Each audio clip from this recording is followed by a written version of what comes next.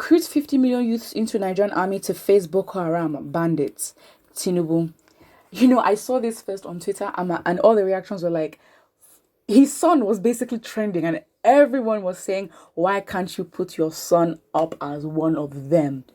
And it's just like, on a first reactional basis, it's like, that people need incentives to join the army or the military, because it's like, it's the audacity and the I don't know, the authority that you have and the entitlement, yes, that's the right word, to feel like, okay, fine, people just join the army because they want to join. Like, there has to be an incentive. Yes, some people do, but then again, if you are in need, again, you don't have the upper hand. It's not like as if you're having a lot of volunteers or anything. If you actually need the 50 million to join, you have to have an incentive for them, not just, to do this, join the army. They're like, Let's actually read the article. Former Lagos State Governor and national leader of the APC, Tinubu, has called for President Buhari to authorize the immediate recruitment. There are what? Wait. There are about, let's say, 200 million people in Nigeria, because we actually don't have a round figure. There are 200 million people in Nigeria. You want 50 million. That is 25% of the population. Does he know, like, you can't just be out here spitting numbers. You want 25% of the population to be in the military, okay?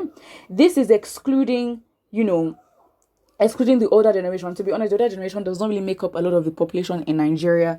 The younger generation actually do. So you're basically asking for conscription, boys who, or anybody who basically has not even lived life. 25, do you know what that is? You are taken out of the labor force of the country. And then you're leaving the rest to do what? Nah. It's just, you can't just be spitting out numbers just because. Like, what is your justification for that? I mean, how many are the Boko Haram people themselves? And you would find that the Nigerian army is probably more than the Boko Haram, bandits, but then yet they still keep winning. I mean, since 2009, we've been, traumatized and continuously being attacked by these, by these bandits. Tinubu on Monday argued that such action would overwhelm the ragtag groups of insurgents, bandits, terrorizing the country across multiple flanks. Yeah, it will overwhelm them, which means you're saying that there are more people for them to kill. That's basically what you're saying. Like, let's at least give out more numbers so they'll be overwhelmed and then they can literally kill most of them. Because you're not going to tell me that you're going to donate money to, make better the equipment. To make better the equipment that they can use to fight. You're telling me since 2009, we're in 2021 now, and yet the Nigerian army has not been able to defeat Boko Haram. And you think in those years, listen, we've lost too much. We've lost too much to keep giving. It's not, nah. He says we are under-policed and we're competing with armed robbers and bandits to recruit from the youth who are employed. 33% unemployed. Mr. Tinubu said at his 69th birthday celebration, which was held in Kano on Monday, recruit 50 million youths into the army. And you know what? You can put your son up first. Then we can know that, okay, fine, let's follow. The National Bureau of Statistics reported that over 25 million out of Nigeria's 200 million people are without jobs, a high record of 33%.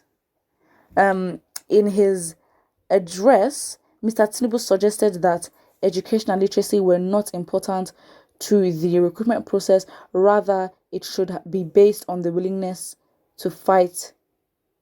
Wait, let me read it again. In his address, Mr. Tinubu said that education and literacy were not important to the recruitment process. Just say you want to sacrifice these people. Just say that. Rather, it should be based on the willingness to fight criminals. What do you mean? You have to be educated and you have got to be literate to understand. I'm not saying... So it's basically... Nah. How can you spit out such things? Like, it doesn't make sense. You can't just be waffling left, right, center. How can you what? So literacy and education is not important. Because you're telling me that they'll just go there, give them guns, and they'll just start shooting. What? And this is the person that we want to be president. This country is an absolute joke. So if you call him to give us a debate, these are the figures and these are the justifications for his ideas that he's going to feed to us, and we're going to accept it. Wow.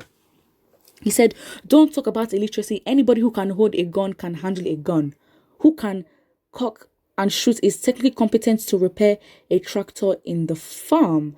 Okay, I think maybe he's setting himself up here, because with what he's saying, this just shows how horrible of a leader he would be. I mean, you don't have to have the most degrees in the world, but like, you're telling 50 million people that they do not have to be literate. Because they can hold a gun, they automatically know how to handle a gun. You're in the military. It's all about tactic and strategies. You need to understand what you're doing. I'm not even in the army, and I just know that's a basic expectation. And you think that for you to understand tactic and strategy, you don't have to be literate and intelligent? You're telling me that the way they would communicate with them would be in like the 700 languages that Nigeria has, not in English? What is this man saying? He added that the government should create opportunities in agriculture to stem the unemployment rate, marking a repeat of the statement he had made in the 2021 Sardauna Memorial Lecture in Kaduna. I don't understand. I don't know. I think he's just a bit too confident, going a bit too much. I don't know what's going on. You just can't be giving out numbers, dishing out numbers here, there, and there.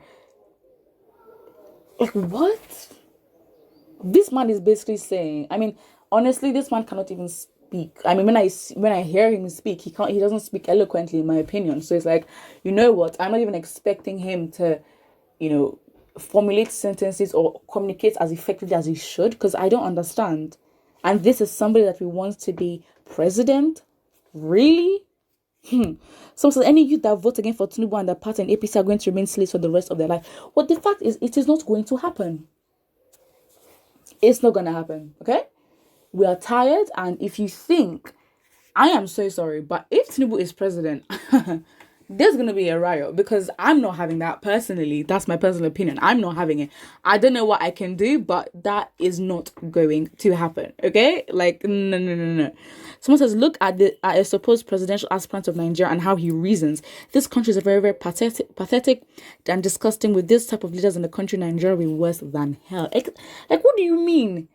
So you're basically saying that basic literacy skills, because at the most, at least, you need to have is like general certificate of education. I don't know what that's called in Nigeria equivalent, whether it's WAEC or JAM or whatever, but it's like to have maths and English. Having that, you are educated technically. But his tactic is just give somebody a gun and they deal with it, because all that matters is the willingness. Is the willingness to actually fight a criminal. But do you think of the mental health of these soldiers and what they're gonna have to go through? How, like, you're never ever really prepared. People can tell you the experiences from, the military, but when you are there yourself, how will you know how these men or these soldiers will react? That is the thing. Please put what you think about this in the comment section below, and do not forget to like and subscribe.